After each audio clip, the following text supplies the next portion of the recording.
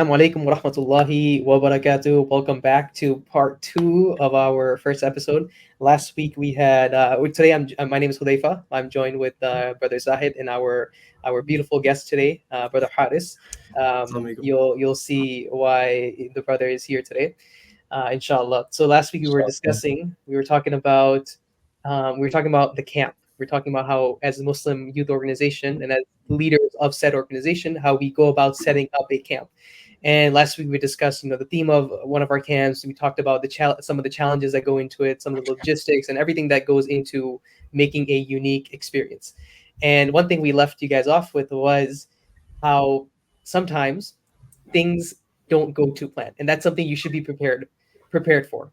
Not everything is going to go to the book, to the schedule, and as organizers, as leaders, you should always be able to go on the fly and be able to adapt to situations. And just, like everything in life, everything is in the hands of Allah, and you can plan. Everyone can plan, but Allah's plan is always gonna go forward with. So inshallah, we have brother Haris here. Zahid, do you recall the day we were having? This was again. This was 2 years ago, a year ago. Two years ago, I think, right? 2 years ago. This was actually our first camp that our organization was organizing. Yeah. Right. And I want to say this was the Saturday. So we usually do a 3-day camp, Yes. Friday, Saturday, Sunday. Yeah. This was a Saturday. And like we said last week was water activities can be fun. Mm-hmm. They can be fun. But they can also come with its challenges. Am I right? Yes, 100%. So I see Harsh, you're smiling. Inshallah, we'll get to your story, inshallah. But so it was normal day. We had I think we got up for Saturday breakfast. Alhamdulillah, we had a good breakfast, and honestly, I think this was like the pinnacle event of the camp, of the weekend. I remember waking up Saturday morning. I was like, okay, I was hyped. I was pumped for this. Right, we're gonna go canoeing, right? Group canoeing with everyone. And I think, to be honest, that was my first time going canoeing. To be honest, like, actually paddle boating and whatnot. Super pumped for that. And as we're gearing up towards that, getting to the location, I remember we get to the location, we all drive there from the camp, and correct me if I'm wrong, but we all hop on a bus to get to the canoe site. Yeah. So what I believe what happened was, with the canoe, the camp site was like I think a couple of minutes away from the actual canoe place, because the river, it was like a big river where you have to go to the start of the river. And we got there. It was actually a pretty packed place, I remember. And that's one thing we'll get into later, why it's important to actually, I think, go to visit all the sites and the places that's going to be part of your camp schedule. But anyways, we'll talk about it in our reflection. But it was a busy place, and we got there, and they were the people. I think the staff were helpful. We waited a little bit. We all got our life jackets. You remember, like, we had the picture with all the orange life jackets, and then we got on a bus, and he took us to like the very start of where the stream or the river started. Yeah. Everything's kind of, you remembering everything back. Yeah. Right. So from there, I mean, I was confused because, like, when we hopped onto the bus, right, I was like, it was a pretty long bus ride. I'm like, how far is this place? I thought we entered the river bed area. And then little did we know, it was like a 15-20 minute bus ride. Little did we know, they took us pretty far downstream. So go ahead, Ars. You want to say something? Just a little bit more context. So the whole journey, I want to say, was about 2 to 3 hours, depending on how fast you were going. That's what I remember, because we had about 20 different canoes, 2 to 3 people per canoe that were going down the river. Everyone staggered because everyone takes a different amount of time, and we'll talk about why that is too, for many reasons, right? To get to the end. And this is an important detail, because it'll come back a little bit later too, just because that with that long journey, you don't necessarily know where everyone is at any given moment in time. For sure. Yep.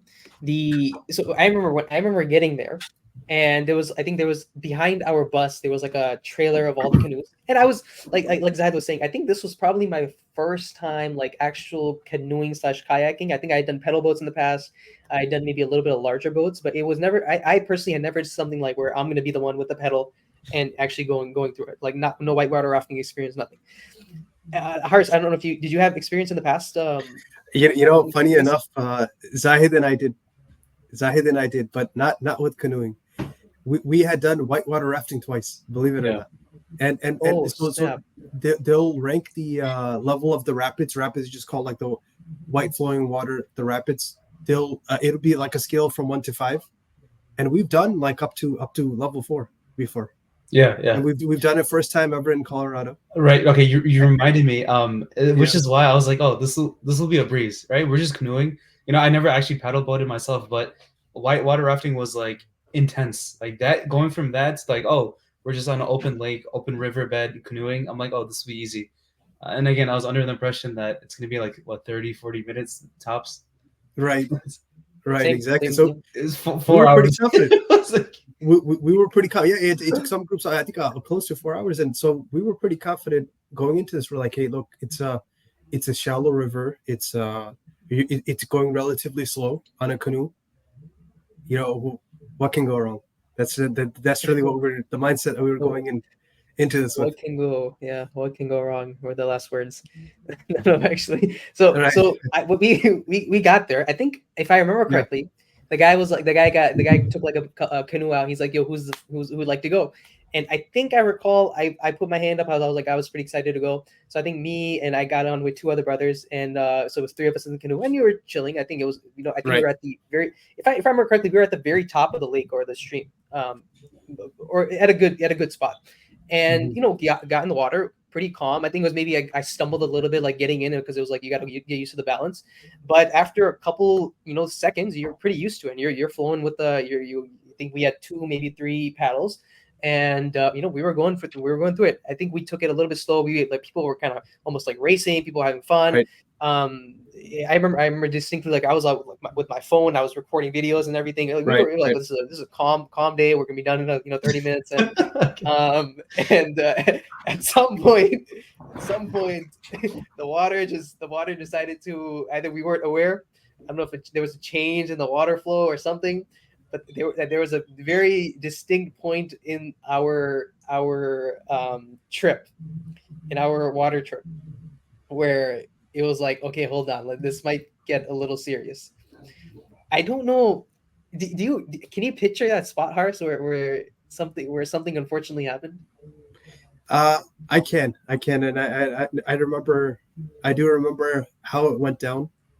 The incident. Now, while the incident's happening, that's where some of my memory is not there 100%, just because of disorientation. But I mean, so in some areas, the river's like, I want to say maybe 40 feet wide.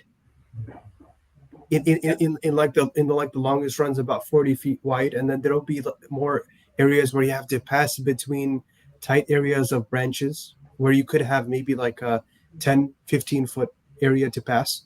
And so what's happening is there's also rocks in the river, additionally, which, because the river is shallow, it's shallow to the point that where if you stand up, it'll be, if I recall, about at deepest up to your waist, and then even lower than that, actually.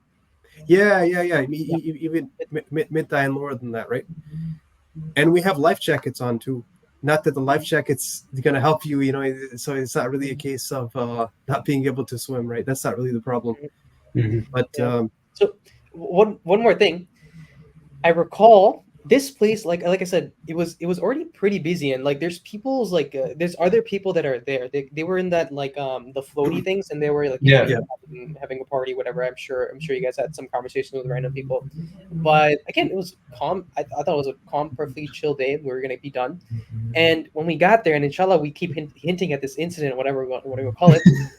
Something unfolded, and that's why we brought our brother Haris on, and he's an important part of the youth organization. He's a leader, and he's even in the community. So I'll let him tell the incident in just a moment. But again, we're building up to this. We're giving you guys a bit of context. But we got to a certain point in the river where we were like, okay, this might get a little difficult to traverse through. And I want to pass it on, Haris. You take the floor. How things unfolded, and what Sure. exactly happened, and then I know I was in the same vicinity. I saw it happen, so I can give a perspective afterwards. And then I told Haris he was sorry, Zahid, he was, I think, maybe a bit behind us, and he came. He can maybe add a perspective as well, inshallah. So go ahead, brother Haris. Yeah, sure. Bismillah. So a couple of things. So first off, we're all in groups of at least two. We're either paired with somebody. If you canoes have three, so I'm paired with this brother we all know, Abdullah. And Shout out Abdullah. Yeah, shout out Abdullah. Again, I'm going into this with the mindset that this is going to be very simple. And in fact, that probably hurts us in a sense, because we get to one area where there's, like I said, the widest portion about 40. I want to estimate about 40 feet, and there's one area where a branch extends into the river anywhere between 50 and 20 feet, but it's above the water by some amount.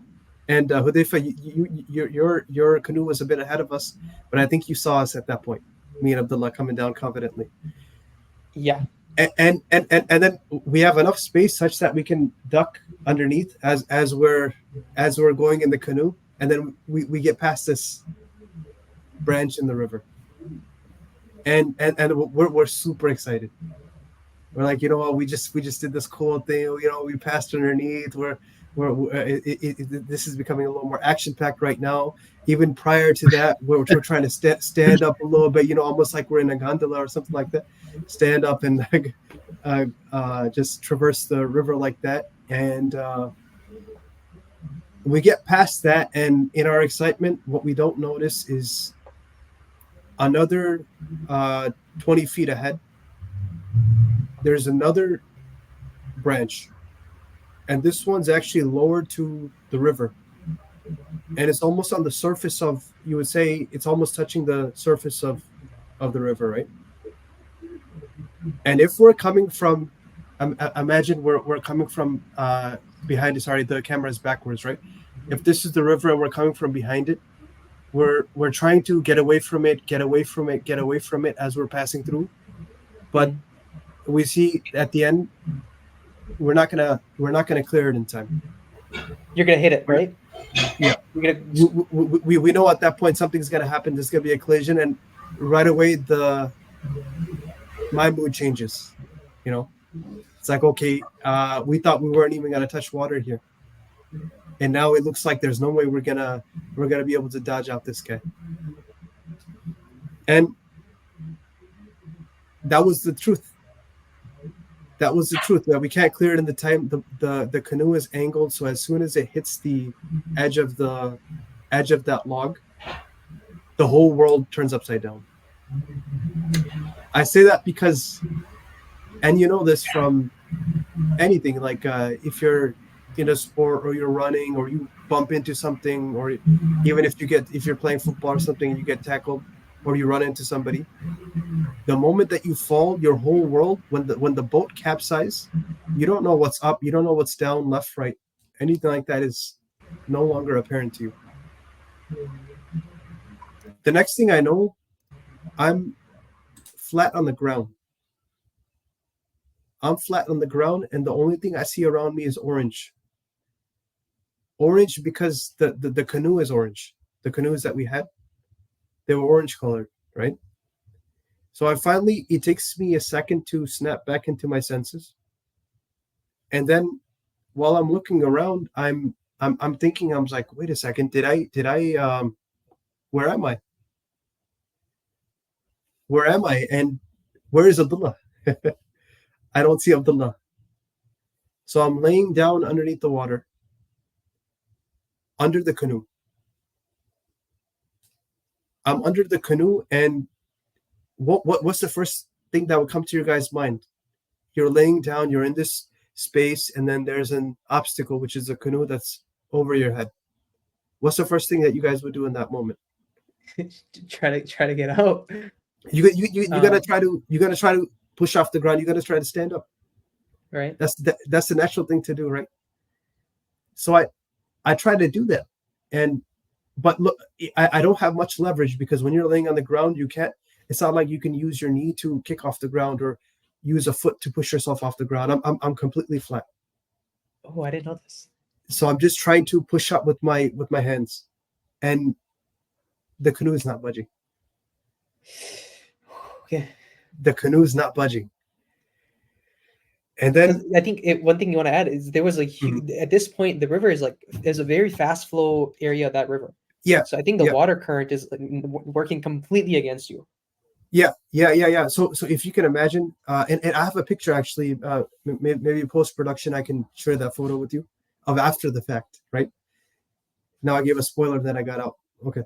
So you have the you have the log, right? And the canoe is upside down and jammed underneath that log. Okay. And now I'm thinking, what do I do? And as soon as I'm trying to think fast in that situation, now water starts filling up. Prior to this moment, as soon as it capsizes, there's no water underneath actually. Whoa. The water, the water starts to. It takes a second for the water to start filling up inside. Like that's insane because many people know how to swim. Even if you know how to swim, because hard like you know how to swim a little bit, but even given your little experience with that, was it still were you able to navigate out of that water, swim out of that situation or no? Yeah. So no, because okay. So now that water's filling up, so I'll go back to Zad. I'll come to your point in a second, right? Is that the water fills up around me, and at this point I'm just gasping. The final breaths you take before you splash or dive into water. That's what I'm doing at this point. Gasping. Now the water's above my head. And I mentioned earlier that we have life jackets on.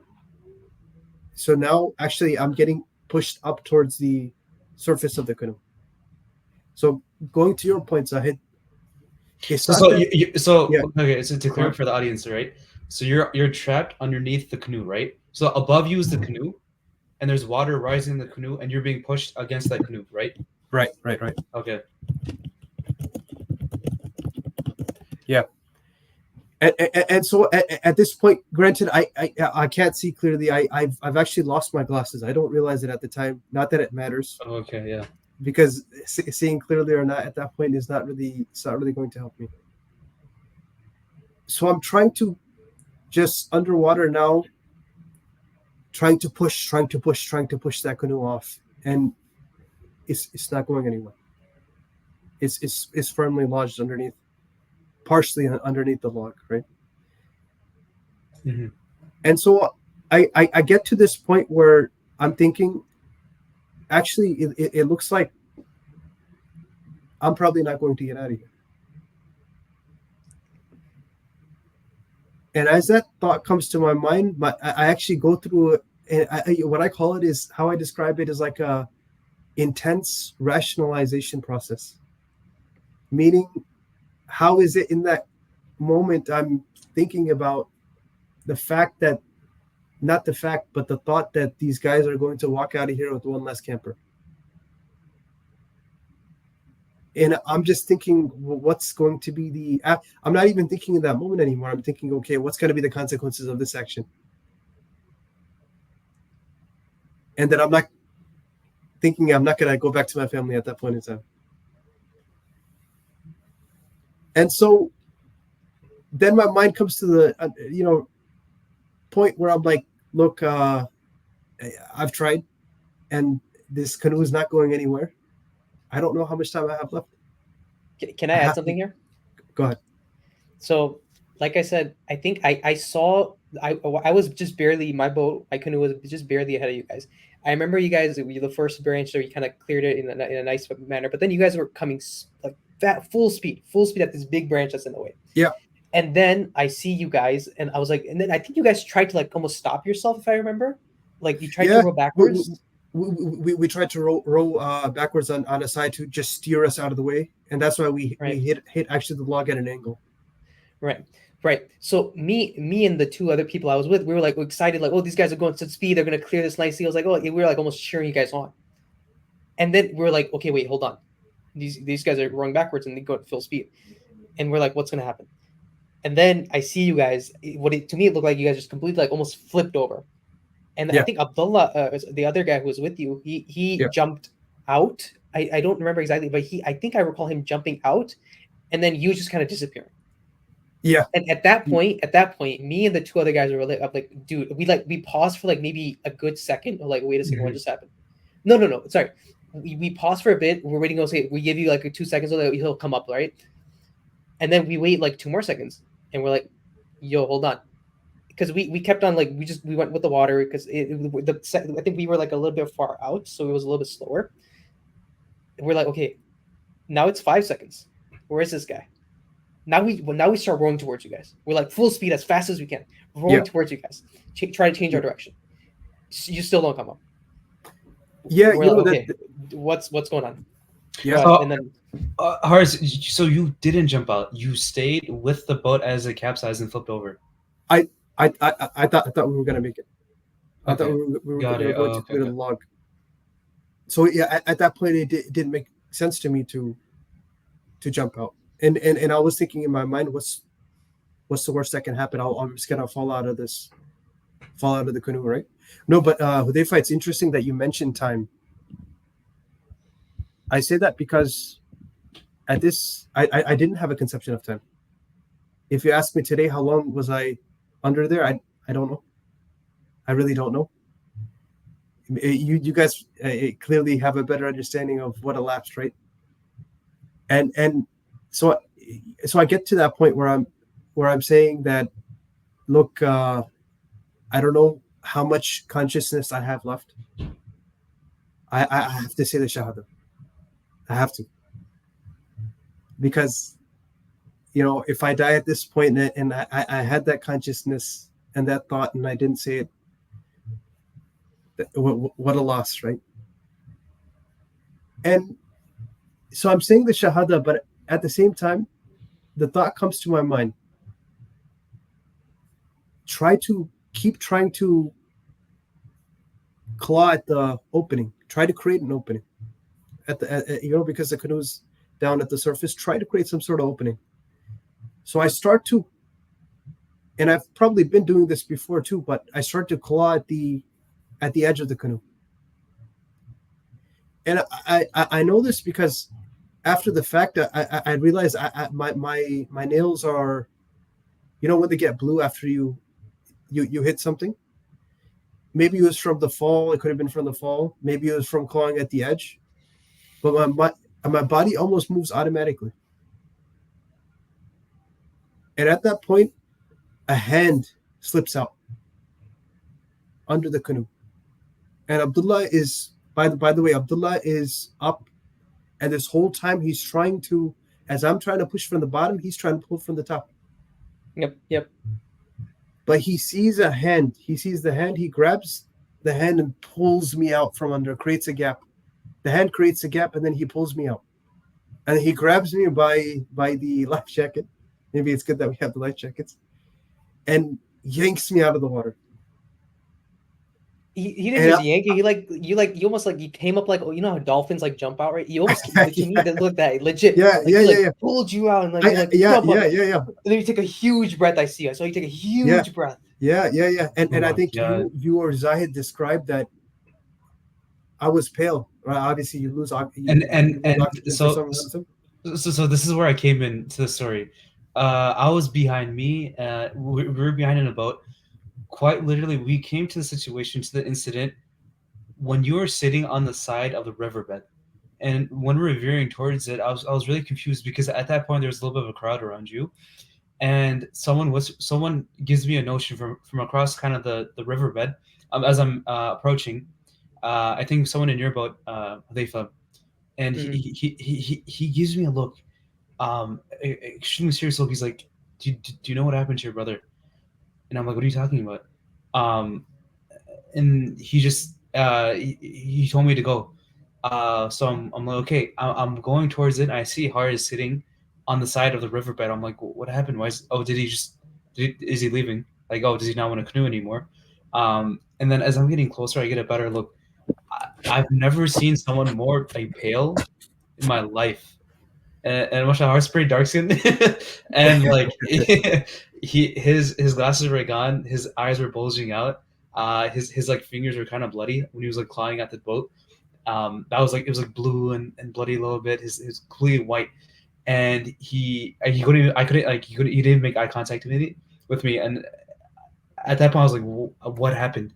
What happened? So I was like, someone give me the story, and I didn't get the full story until I clicked after because Hardest was kind of on like rescue mode, like fight or flight, and he's like, okay, they got him out of there ASAP, and I didn't get the full story until what 3-4 hours later, when I finished the riverbed, right? So then my friend in the boat looked at me, and it didn't process in my head when I was boating, as to what happened and as to kind of what degree it happened to. And I'm kind of just the next 3 hours as we're sailing towards the end towards the finish line. It was like a really eerie like ride back home. Kid you not? So we kind of fell back a little bit too, and we were like the only one within like the horizon on when we were canoeing. And there's no one around us because we kind of fell back pretty behind. We're going. It's really quiet. 3 hours, kind of just like solemnness, thinking. We finally get to the finish line. Everyone's there, and it's just. And then I see everyone, and then like, what the hell happened? And then Halifa, do you know what happened? When we all arrived and you guys went back to the counter. I didn't go. I remember some of the. But before we get there, I want to make sure we get all of Hars's perspective when that happened. Is there anything else you want to add to the Hars? Like what like when he came up to the water, what was like your reaction and stuff? Oh, disoriented for sure, because you don't have your glasses. Yeah. I don't have my glasses. Look, my vision's pretty bad. Let's just say it'd be hard for me to drive without glasses. I don't know if I could. And so at that point, of course, I'm thinking, Alhamdulillah. When you come from that severe of a situation and you get out of it, there's no other like. It is an amazing feeling. It is an amazing feeling, and after what happens is that there's like 3 of us that are now crowded around the canoe in the area where they took me out, right? And the canoe is still upside down, still lodged. And I believe it's about 3 of us try to lift it from the top and dislodge it. But even 3 of us are not able to set it free. So then we leave it behind. We leave it behind, and then journey you were stuck. Yep. You were stuck into that canoe. So yeah. now 3 people can't lift that canoe. You imagine you were trying to one person underneath from it, trying to push it. There was no way, right? There's no way. If I were alone, there's no way, right? And the thing is that the journey really didn't stop from there, because despite what happened and how severe it was, we still had who knows how many canoes. Remember I mentioned we were 20 to start off with, about 20. Who knows how many canoes were still on that river, traversing the same paths that we had traversed, going through the, dodging the same rocks. And there was one place where there was even like a circular, you remember the arch formation of the branches that had kind of grown in an arch, and you had to pass under. So I joined someone else's canoe, actually. I was just the 3rd guy in the middle, sort of just in that bucket seat, just constantly reimagining what just happened. And every time we would get close to the edge or bang up against something, my mind would go straight back to under the water, right? And I got, at that time, I would say, hyper aware of the things around me, and probably a little bit paranoid too. I was almost like sitting up, ready to kind of flip out of the canoe in case we were gonna head towards something. Because I was like, I know if this happens again, I have to actually jump out of the water. And my canoe wasn't the only one that was capsizing, right? There were others that kept capsizing along the way due to the different debris and obstacles that I mentioned. So we actually had to, my canoe and other canoes actually had to jump back in the water. Jump back in the water to help those others flip their canoes back up, right? And from that point, it must have been at least an hour and a half that we were in the water. At least an hour and a half. And I remember there's two younger guys with us too, and shout out to them too. Yeah, I don't want to mention them by name just because maybe they don't want to, but younger brothers that were with us, and one of them had even hurt their shoulder or their hand on a fall. Yet they're still going. They're still going towards the end, right? And even at that time, that gave me some inspiration. That I'm sitting with these guys. I'm not canoeing myself. I don't know where I'm steering. I can't canoe, so I'm just in the boat going along for the ride. I have actually like an entourage of 2 or 3 canoes that are moving together, right?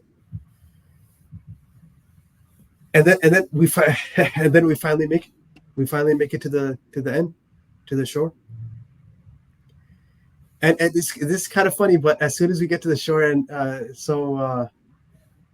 Muhib is there, right? Muhib greets me, and he's like, let me get you something. There's some vending machines there. Let me get you something. And I was like, no, it's okay. I don't want anything. And then Muhib was like, man, you know what just happened? And then he goes, gets me a soda. And I just I just take that. I'm like, all right. Why am I arguing right now? It's such a small detail, but I remember that. In that situation, I was like, yeah, I should probably honor this guy's request to help out. You know what's crazy? Muhib was with me on the boat. It was just me and him. And as soon as we saw the incident, and as soon as we passed it, right? And again, like I said, it was like another 2-3 hours after that incident to get to the finish line. And You're exaggerating there. It was no, kid you not. I was on the riverbed for 4 hours, man. My group took a long time. I'm not gonna lie to you.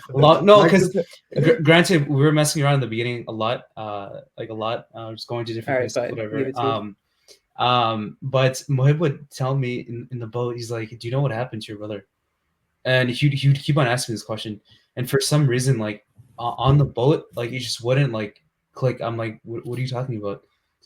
Even after I saw Haris and like in the state he was in, I was like, oh, maybe he just got into a little accident. And then I was completely fine. It like for the whole boat ride until after the fact, until we finally got to the finish line and got back. But yeah, go ahead, Haris.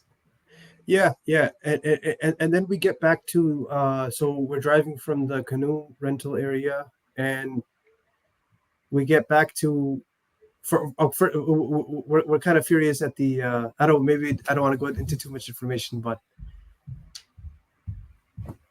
whose fault is it at the end of the day? But we're kind of furious at the individuals who actually had the canoe area. Now, I thought that they should have given at least some sort of disclaimer, right? That watch out for these type of things and so on and so forth. Like I said, I don't want to get too much into that, but because what can you do at that point in time? There's a certain brother amongst us. He man, like blew up in front of them, in front of the canoeing place. Alifa, do you remember that? I wasn't there. I stood you weren't at the site. But after hearing about the incident, we all regrouped after. He went straight to the front desk, and just blew up the whole place. And it just like it was a tense situation all around, and like the guys were being weird about it, like just being jerks about it, like, oh, it's your fault. You didn't read the fine print or something like that. So we kind of just stormed out of there, went back to base camp. Well, one thing I'll say is the guy said at the end of the day, the money's coming in, meaning people are coming to the canoe place. Wait, he said that? So, I didn't know that. What? No, remember even after Hatib commented on that when we gave like a short address back at the campsite, he was saying effectively that because we people come in, we don't have a problem. He was denying that there was any safety protocols or things that should have been covered prior. Even I'll tell you this. Even something as simple as, okay, if the canoe does capsize, how do you flip it around? And maybe to someone who's been in that environment, that's a very obvious thing, right? But for a lot of our campers that didn't know otherwise, just to talk about that is a useful strategy, right? But again, I don't want to dwell on that part too much, because I ultimately that's out of our control, right? Mm-hmm. But then we get back to the campsite, and I swap out, alhamdulillah, I had my sunglasses that are prescription, so I was able to at least put something on. But now I'm wearing these in the middle of the night too, and as you guys know, in the campsite it's pitch black at night, so that that didn't help. But I talk about back at the campsite because we had to, of course, alter that schedule at that point. What we're saying, what happens in a situation where things go wrong, or something the unexpected happens? How do you respond to that in positions of leadership? And it's a hard question, because all situations are different, right? And I remember at that time we had to cancel some of the activities that we had originally planned. We gathered everyone and did a short address and tried to get things back in order. Some people had lost their phones. I had lost my glasses. Some people had lost their phones. One individual actually had like a passport card on him, and he lost that in the water too. So it was a huge low point for a lot of us in that moment in time. Mm-hmm. Yeah. I remember when we got there. Again, it had been like it had taken up like 4 hours into our schedule, and I think we only had like two to three planned, but it went way over our schedule. And at Right. this point, like there's a solemn tone and mood at the camp, and we as Yep. admin team were like, as the leadership, we're like, okay, yes, whatever happened happened, and I don't, and I think Haris needs some. At least I was thinking like Haris, we need to give him some time, some space. He needs to, obviously recover a little bit mentally, physically, whatever. And we were like, okay, but there's still 60 other people here. We still have to continue making this camp a good experience for them, regardless of the hiccups and the hurdles we did face just now.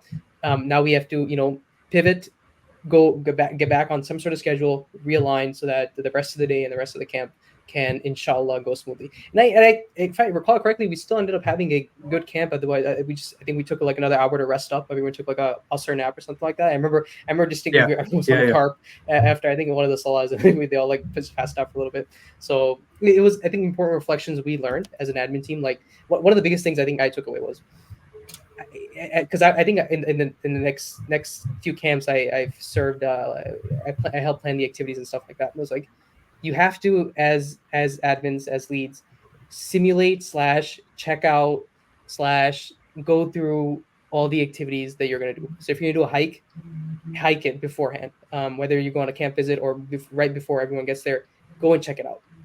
If you have for example, a canoe activity planned, go through it once with just 3 or 4 of you guys. So just so if anything like this, if it's there, now you're gonna have 60 other people there, 100 other people there. You have to make sure it's gonna be safe for everyone, because pictures and videos online, they're not gonna do justice. Yep. The I was gonna say one more thing, but it's in my mind. But Zahid, any reflections you had taken from that single experience? What do you think? Yeah, no. So when we got back to camp, and like you said, everyone kind of took a post usher nap. After a reminder, we kind of just paused on. The thing is, then I went to go talk to the rest of my brothers. It was all 4 of us there, and that's I think about 4 or 5 hours later of the incident. That's when I realized what happened, like what truly unfolded, and to what degree it unfolded. To the degree of that, like literally almost like lost like my brother. And I remember as soon as that came to my head, I remember thinking distinctively, I'm like, what am I gonna tell my mom? Or what am I telling my parents? Like my mom and dad coming back home. We went with 4 brothers and we came back with 3. Like, what was I gonna tell mom and dad? We lost Horace. And that was like, I thought that I lost it at that point, and I just like that was, I've never been at that point of thinking, or that level of like things can turn instantly in a blink of an eye, and even without you knowing it. Like I wasn't even there at the situation, and like subhanallah, like if if things didn't work out, I wouldn't have known until after the fact. And it just goes to show that you think one thing, but really, are you truly in control of most things in your life? Are you really in control? I had zero control over that. The rest of my brothers had zero control. Alhamdulillah, like Abdullah was there to help you out. Hudayfa and the rest of the guys were there to come and scoop you out of the water and rush to you and whatnot. And the people were there, and the hand came into the water to push you out. But you plan, but Allah's the best planners. And at the end of the day, like no matter what you do, no matter how much you can see, like that at that part of leaving things to Allah, leaving things to His plan, and being contented with it is the only thing you can do as a human.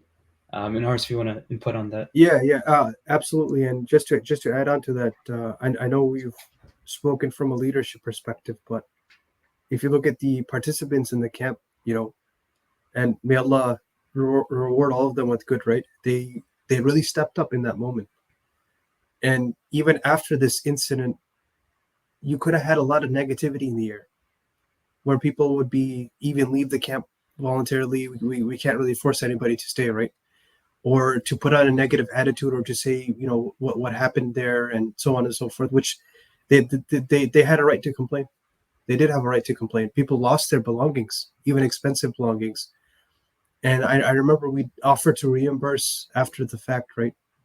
Yet everyone was content from the perspective that they wanted to take care of whatever they lost, on their own, even though they didn't have to. So, may Allah accept the efforts of everyone that was there, right? The other thing I want to say is that before I link back to your lessons, another thing that comes to my mind quick is that we would go back to the camp, and the rest of the day, the guys did a great job. The food team did a great job getting the food together and everything like that, right? And we were sitting down, relaxing, eating, talking, not necessarily even about what happened, right? And I would talk with somebody and laugh about something, and then I would turn away, and my mind would go back in the water, and I would think back to that moment, and this thought would, I don't want to say, almost as if it was hunting me for a little bit before I kind of came more at peace with it, right? And the other thing is that there's this concept of having a good ending, husn al-khatima, that every believer aspires to, or should aspire to, right? And I'm thinking that likely many of us make dua that Allah does not take our souls except in a situation, in a circumstance in which He's pleased with us, right? Mm-hmm. Which is an important dua for all of us to make.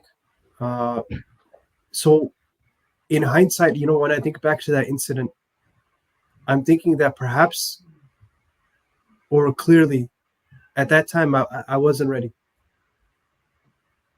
Allah knows best. Allah knows best. But in my limited thinking, perhaps I wasn't ready.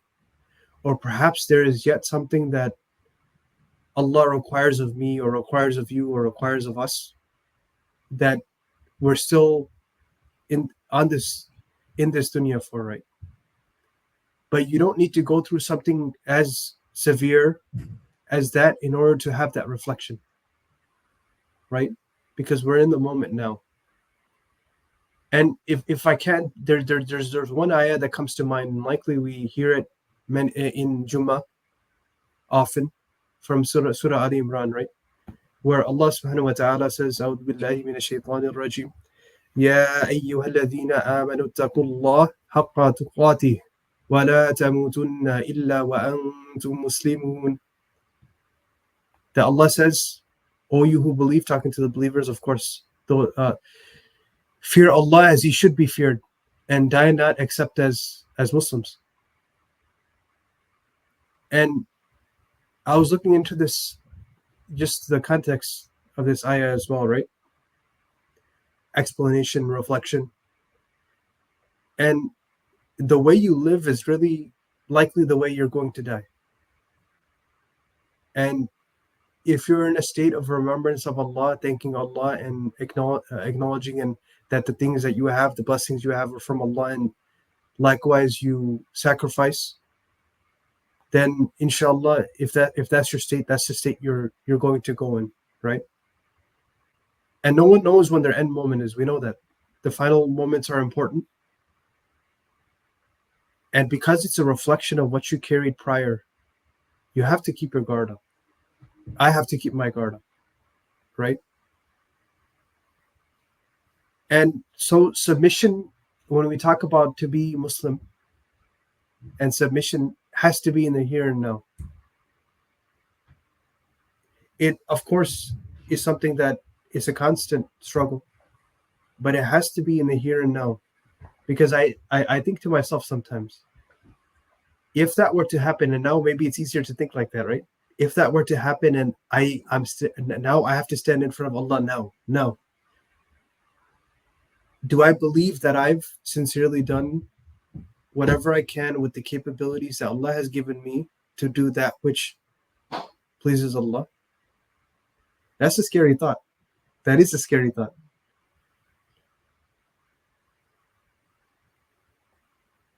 Good. Do you want to leave anything else, Harsh, you want to add to that, or did you cover all parts of the story and everything? Yeah, I think I did. I think I did cover all the parts of the story. There's one thing that happened after. Maybe I'll just talk about that. Maybe towards the end. I don't know if you guys wanted to say anything from. I think the reflection you just made on that points are very very very crucial and important for us as believers and as true mu'min to realize that yes, you have to have that full submission and fully trust in Allah. And when I think back to a moment like this and seeing it unfold, I'm like, man, subhanAllah, like I was there cheering. I was like, you guys gonna go through that little hurdle, whatever. We were cheering too. We were cheering too. Literally, it like switched just like that. Literally like this. The situation switched. Like me, like I was with the three guys. It was three of us in the boat. We're like excited, and then instantly, I remember vividly, like our moods just like whoa. So instantly, subhanallah. I mean, you realize this after the fact, and you don't. It's nice that there's ways that Allah teaches you lessons, and sometimes they come in some serious ways. So I think I really appreciate you coming on our platform and sharing this with us. I don't know if you ever had done this before. Not like this. Definitely not like this. Yeah. Go ahead. I'll let you mention anything else. I was going to say I just have two very brief final thoughts, if I may. Go ahead, please. Number one is serious and one is a little more relaxed. But the serious thought is, and I didn't think about this at the time, but it comes to my mind later, because to be in a position where you're trapped and you're unable to do anything, that's the condition of our brothers and sisters right now in Gaza and other places in the world too. And more specifically, generally, and more specifically, to be in under rubble, I think about what that's like when you can hear things around you, but you don't know if you're gonna make it out of there. Yeah. So that's, I think, just another point of reflection for us to remember the ummah, and of course make dua and work towards helping, and may Allah use us to help the believers, right? Ameen. The other thought is, and it feels strange kind of switching like this, but I know we're coming to a close. But the other thought is, so when I'm wearing sunglasses, right? Because I have to. I have like 2 weeks, maybe about 2 weeks until I get my new glasses, right? I remember seeing you at the masjid with sunglasses. Yeah. I'm walking everywhere. I'll go to the grocery store at like 10 p.m. and I'll have my sunglasses on. And it's actually return to work time too at my office, because remember, this is around the time of when lockdowns and were still a big thing. Yeah. This is a lot of companies that not returned to work at this time. There's a lot. We're working from home. And so I have a new manager. I walk into the office. At that time, I remember my hair is a little bit longer. I have my sunglasses on, and I meet my new manager. You know, he's trying to who does this guy? who does this guy think he is? Who's the manager now? Who's the manager now? Oh, he's a different manager, but I still keep in touch with this one. I still keep. No. Who's the manager? That's what it felt like, to be honest with you. Then after that moment, I started taking off my glasses when I would like talk to people, and Good. And I really, from behalf of Path of Strangers, I really appreciate you coming on. Zaid, any last words from you? Otherwise, we're getting pretty late. We should wrap up. So let's wrap it up. All right, inshallah, we will. We appreciate you guys we appreciate Brother Haris for coming on our platform. We appreciate the viewers for joining, inshallah, and for more stories of this nature, more exciting stuff, more serious stuff. Inshallah, stay tuned. Where we dropping episodes hopefully on a regular basis, and keep us in your du'as and keep the ummah in your du'as, and inshallah, we will see you next time on Path of the Strangers. And with that being said, Assalamu alaikum wa rahmatullahi wa barakatuh. Wa alaikum assalam.